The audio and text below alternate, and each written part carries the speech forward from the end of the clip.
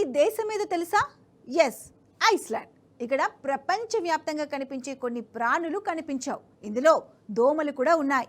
ఈ దేశం మొత్తం వెతికినా ఒక్కటంటే ఒక్క దోమ కనిపించదు. అందుకే ఇక్కడ ప్రజలకు అసలు దోమలంటే ఎలా ఉంటాయో కూడా తెలీదు. వీటిని చూడాలంటే మ్యూజియంకి వెళ్ళి చూడాలి. కానీ ఇప్పుడు ఆ ప్రత్యేకతకి తెరపడింది. చరిత్రలో తొలిసారి ఐస్లాండ్లో దోమలు కనిపించడంతో స్థానికులు ఆశ్చర్యపోతున్నారు. మరి ఐస్లాండ్లో కనిపించిన దోమలు ఏ జాతికి చెందినవి? ఎందుకు ఇలా జరిగింది? వాటిని చూసిన జనం ఎందుకు భయపడుతున్నారు? దీనిపై శాస్త్రవేత్తలు ఏం చెప్పారు? What is the story?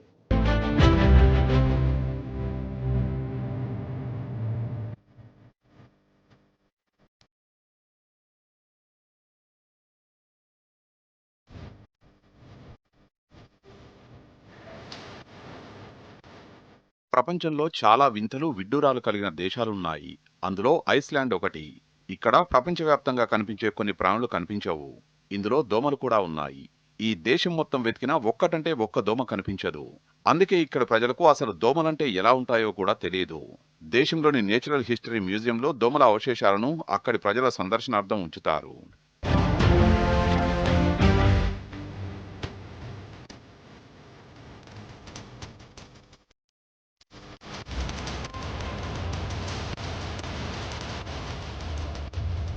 ప్రపంచంలో దోమలు లేని స్వర్గధామం ఏదైనా ఉందా అంటే నిన్న మొన్నటి వరకు ఐస్లాండ్ పేరు వినిపించేది. కానీ ఇప్పుడు ఆ ప్రత్యేకతకు తెరపడింది. చరిత్రలో తొలిసారిగా ఆ దేశంలో దోమలు కనిపించడం స్థానికంగా కలకలం రేపుతోంది. రికార్డు స్థాయిలో నమోదైన ఉష్ణోగ్రతల కారణంగానే ఈ మార్పు చోటు చేసుకుందని, దోమల ప్రవేశానికి అనువైన వాతావరణం ఏర్పడిందని భావిస్తున్నారు సైంటిస్టులు.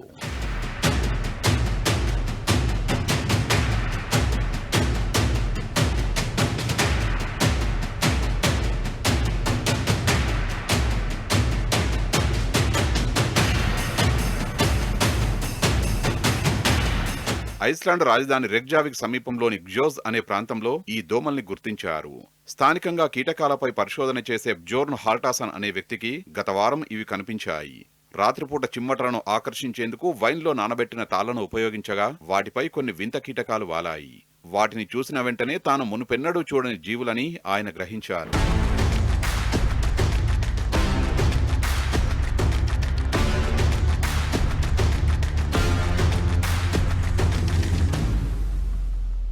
వెంటనే ఆ కీటకాలను పట్టి ఐస్లాండిక్ ఇన్స్టిట్యూట్ ఆఫ్ నేచురల్ హిస్టరీకి పంపించారు. అక్కడి శాస్త్రవేత్త మాథియాస్ ఆల్ఫ్రెడ్సన్ వాటిని పరిశీలించి అవి కులిసెటా అనులాటా అనే జాతికి చెందిన దోమలని నిర్ధారించారు. ఇవి శీతాకాలాన్ని సైతం తట్టుకుని బతకగలవు. సాధారణంగా ఐస్లాండ్లోని శీతల వాతావరణం దోమలు వృద్ధి చెందడానికి అవసరమైన నిల్వనీరు లేకపోవడం వంటి కారణాల వల్ల అక్కడ దోమలు ఉండేవి కావు. కానీ ఈ ఏడాది వసంతకాలంలో ఉష్ణోగ్రతలు రికార్డు స్థాయిలో పెరిగాయి. మే నెలలో వరుసగా 10 రోజుల పాటు ఉష్ణోగ్రత 20 డిగ్రీల సెల్సియస్ దాటింది. ఎగ్లిస్టాడర్ విమానాశ్రయం వద్ద ఏకంగా 26.6 డిగ్రీల గరిష్ట ఉష్ణోగ్రత నమోదైంది.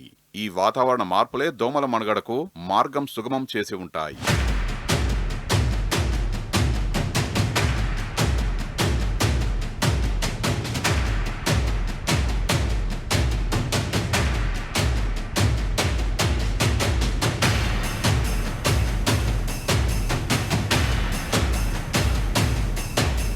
అయితే ఈ దోమలు ఐస్లాండ్లోకి ఎలా ప్రవేశించాయనే దానిపై స్పష్టత లేదు. ఓడలు, కంటైనర్ల ద్వారా ఇక్కడికి చేరి ఉండవచ్చని హాల్టాసన్ అనుమానం వ్యక్తం చేశారు. తన ఇంటి వద్దే 3 దోమలు కనిపించాయంటే వాటి సంఖ్య ఇంకా ఎక్కువే ఉండొచ్చని ఆయన అభిప్రాయపడ్డారు. ఈ జాతి దేశంలో పూర్తిగా స్థిరపడిందా లేదా అనేది వచ్చే వసంతకాలంలో మరిన్ని పరిశీలనలు చేశాక తెలుస్తుంది.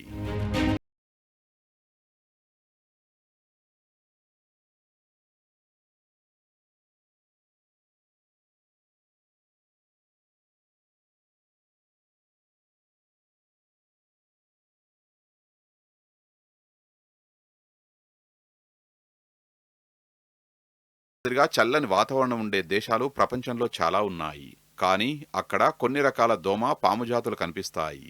కానీ ఈ ఒక్క దేశంలోనే అసలు వాటి ఆనవాళ్లే ఉండవు. ఇక్కడ మాత్రమే ఎందుకు దోమలు, పాములు బ్రతకవన్నది ఇప్పటికీ మిస్టరీనే. ఇక్కడ శీతల వాతావరణమే కాదు, మట్టి, నీటిలో కొన్ని ప్రత్యేక రసాయనాలు ఉన్నాయని, అందువల్లే దోమలు, పాములు బ్రతకలేవని శాస్త్రవేత్తలు భావిస్తున్నారు.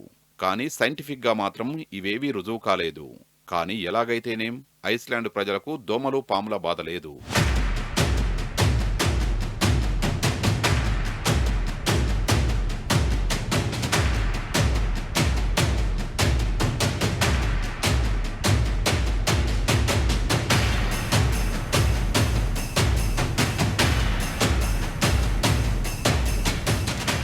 ఈ పరిణామంతో ప్రపంచంలో దోమలు లేని ఏకైక ప్రదేశంగా ఇప్పుడు అంటార్కిటికా మాత్రమే మిగిలింది.